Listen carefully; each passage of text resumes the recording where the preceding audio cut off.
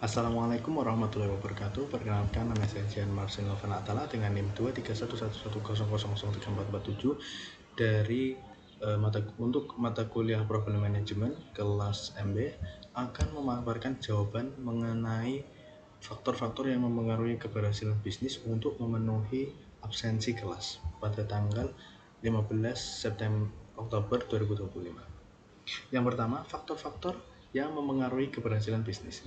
Keberhasilan suatu bisnis tidak terjadi secara kebetulan, melainkan dipengaruhi oleh berbagai faktor yang saling berkaitan. Di antaranya, kualitas produk atau jasa. Produk yang dihasilkan harus mampu memenuhi kebutuhan dan keinginan konsumen. Semakin tinggi kualitas produk, semakin besar kemungkinan konsumen merasa puas dan melakukan pembelian ulang. Yang kedua, ada manajemen dan kepemimpinan yang efektif. Pengelolaan bisnis yang baik meliputi perencanaan, pengorganisasian, pelaksanaan, serta pengawasan yang efisien. Pemimpin yang mampu mengambil keputusan tepat dan memotivasi karyawan akan membawa pengaruh besar terhadap produktivitas perusahaan. Yang ketiga, strategi pemasaran yang tepat. Bisnis perlu memiliki strategi pemasaran yang efektif, serta menentukan target pasar, strategi promosi, penetapan harga, dan saluran distribusi yang sesuai. Pemasaran yang tepat akan membantu produk dikenal luas dan menarik peminat konsumen. Yang keempat, modal dan keuangan yang stabil. Ketersediaan modal sangat penting untuk mendukung operasional bisnis. Pengelolaan keuangan yang baik akan memastikan arus kas tetap lancar, menghindari kerugian, dan mendukung keberlanjutan usaha. Inovasi dan kemampuan beradaptasi. Dunia bisnis terus berubah mengikuti perkembangan teknologi dan tren pasar. Oleh karena itu, perusahaan harus mampu berinovasi dan menyesuaikan diri agar tetap relevan dan kompetitif. Yang keenam, ada sumber daya manusia yang berkualitas. SDM adalah aset penting dalam bisnis. Karyawan yang kompeten, kreatif, dan memiliki etos kerja yang tinggi akan membantu meningkatkan kinerja perusahaan secara keseluruhan. Yang ketujuh, kepuasan dan loyalitas pelanggan. Bisnis yang mampu menjaga hubungan baik dengan konsumen akan memperoleh kepercayaan dan loyalitas jangka panjang. Pelanggan yang puas juga berpotensi menjadi promotor gratis melalui rekomendasi kepada orang lain. Kemudian menjawab pertanyaan nomor 2, yaitu penyebab produk tidak laku dan bagaimana solusinya. Ketika produk tidak laku di pasaran, penyebabnya bisa datang dari berbagai aspek. Seperti yang pertama, harga tidak sesuai dengan daya beli konsumen. Jika harga terlalu tinggi dibandingkan kompetitor, konsumen akan beralih ke produk lain yang lebih terjangkau. Yang kedua, kurangnya promosi dan branding. Produk yang bagus sekalipun tidak akan dikenal tanpa promosi yang efektif. Kesalahan dalam menentukan target pasar juga bisa membuat promosi tidak tepat sasaran. Yang ketiga, ada desain, kemasan, atau cita rasa yang kurang menarik. Penampilan produk yang kurang menarik seringkali menjadi alasan utama konsumen tidak tertarik untuk mencoba produk tersebut. Dan yang keempat, tren pasar berubah.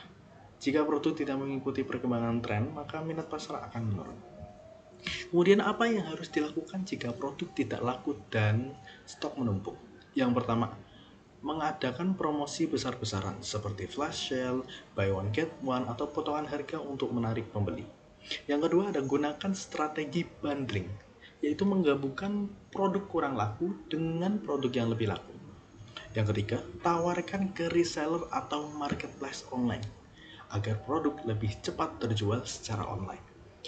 Kemudian, ubah strategi pemasaran atau target pasar, misalnya dari segmen menengah ke segmen yang lebih ekonomis, ataupun sebaliknya.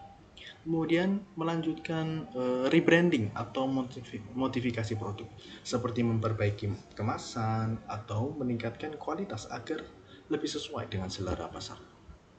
Jika tetap tidak laku, maka gunakan untuk kegiatan sosial atau donasi agar tidak menimbulkan kerugian total dan tetap memberikan nilai positif bagi citra bisnis. Kemudian pertanyaan yang ketiga, langkah apa yang harus dilakukan jika pangsa pasar menurun? Nah, menurunnya pangsa pasar berarti posisi bisnis mulai kalah bersaing. Untuk mengatasinya, beberapa langkah strategis bisa dilakukan. Yang pertama, lakukan analisis pasar dan evaluasi strategi. Mencari tahu penyebab utama menurunnya pangsa pasar, apakah karena produk ataupun harga, promosi ataupun pesaing baru. Yang kedua, Tingkatkan kualitas dan inovasi produk. Produk yang terus diperbarui, yang terus diupdate dan inovatif akan lebih menarik minat konsumen lama maupun yang baru. Yang ketiga, memperkuat hubungan dengan pelanggan yang lama. Berikan pelayanan yang baik, buat program loyalitas atau berikan promo eksklusif agar pelanggan tidak berpindah ke merek lain. Yang keempat, mengoptimalkan digital marketing.